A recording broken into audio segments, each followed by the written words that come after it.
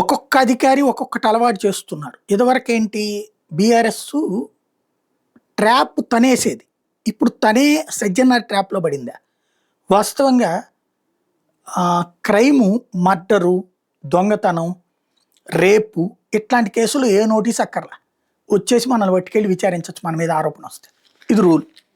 అలా కాకుండా ఇప్పుడు ఈ ఫోన్ ట్యాపింగు ఇట్లాంటి వాటిట్లల్లో ఖచ్చితంగా నోటీస్ ఇవ్వాలి. నోటీస్ ఇచ్చి విచారించాలి. ఇప్పుడు మొన్న సజ్జనార్ గారు ఏదో గొప్పగా చెప్పుకొచ్చారు. జర్నలిస్ట్ మేము పట్టుకెళ్తాం, మేము పిలిస్తే వచ్చేయాల్సిందే అని చెప్పేసి. అదేమి భారత రాజ్యాంగం ఆయనకేం ప్రత్యేక హక్కులేమి ఇవ్వలేదు. ఆయన మీద చాలా గౌరవం ఉంది. ఎందుకంటే ఎన్కౌంటర్ చేసినటువంటి సందర్భం ఆయన తన కెరీర్ని తెగించి చేసుకొచ్చినట్టు. కానీ రాజకీయ ట్రాప్లో ఆయన పడకూడదు.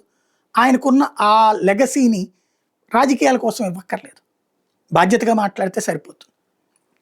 రూల్ ప్రకారం ఇట్లాంటి కేసులలో నోటీసులు ఇవ్వాలా, ఇచ్చి విచారించాలి, తప్పే లేదు. అలా కాకుండా మన జర్నలిస్టులు చేసినట్టే ఇప్పుడు వీళ్ళని నోటీసులు ఇవ్వకుండా విచారించడం.